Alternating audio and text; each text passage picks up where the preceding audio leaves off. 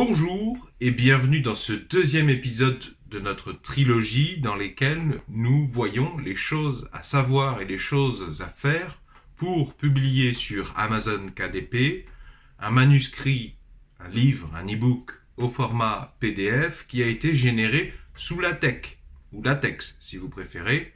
Aucun placement de produit dans cette vidéo, sinon j'aurais un décor un peu moins cheap.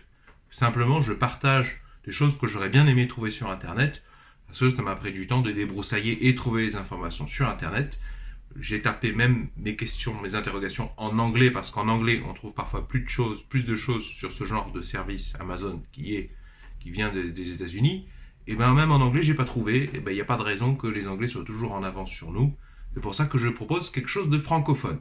Alors, je pars du principe que tu veux installer Kindle Create, l'application, le logiciel Kindle Create créé par Amazon, à disposition des personnes qui veulent créer des e-books et publier des e-books sur la plateforme.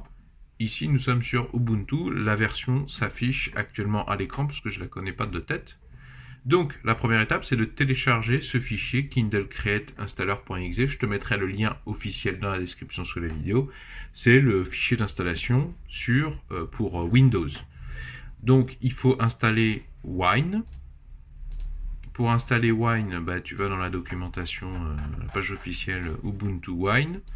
Moi, je suis sur une version ultérieure à 16.04, donc il faut installer ce paquet.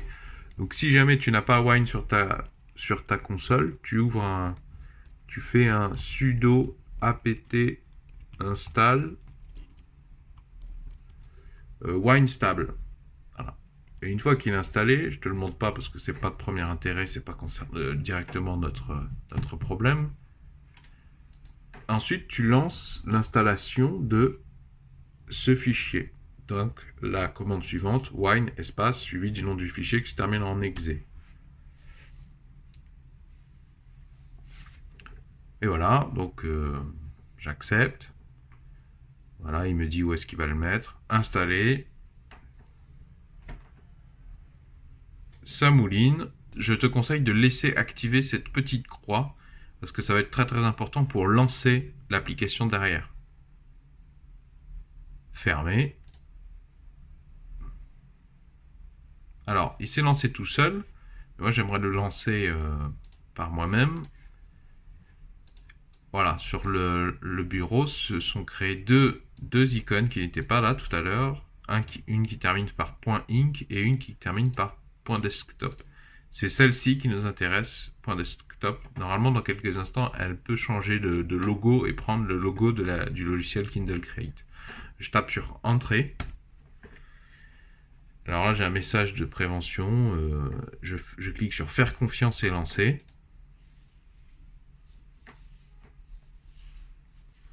Et voilà, donc là, je peux créer un nouveau projet, charger un fichier. Moi, j'utilise pour publier un guide pour trouver une voiture saine et robuste pour environ 500 €, une voiture d'occasion. Et donc, si ça t'intéresse, je te mets la suite du tutoriel dans lequel j'explique comment protéger les liens hypertextes. Tu le trouveras dans la description sous la vidéo. En tout cas, le logiciel est bien correctement installé. J'espère que cette démonstration vous sera utile si vous êtes par exemple un petit auteur indépendant qui essaie bon gré mal gré de s'auto-éditer.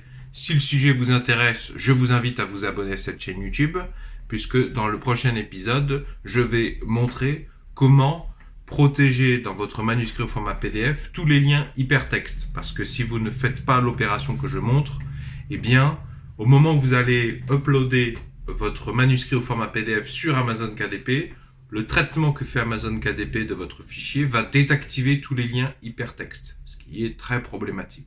Dans le prochain épisode, on verra donc l'opération à faire, la solution pour empêcher ça. Si vous comprenez ma démarche d'entraide, de partage d'informations, est-ce que vous pouvez mettre un pouce vers le haut, s'il vous plaît? Comme ça me permet de savoir si ça vous a plu et ça contribue au correct référencement de cette vidéo.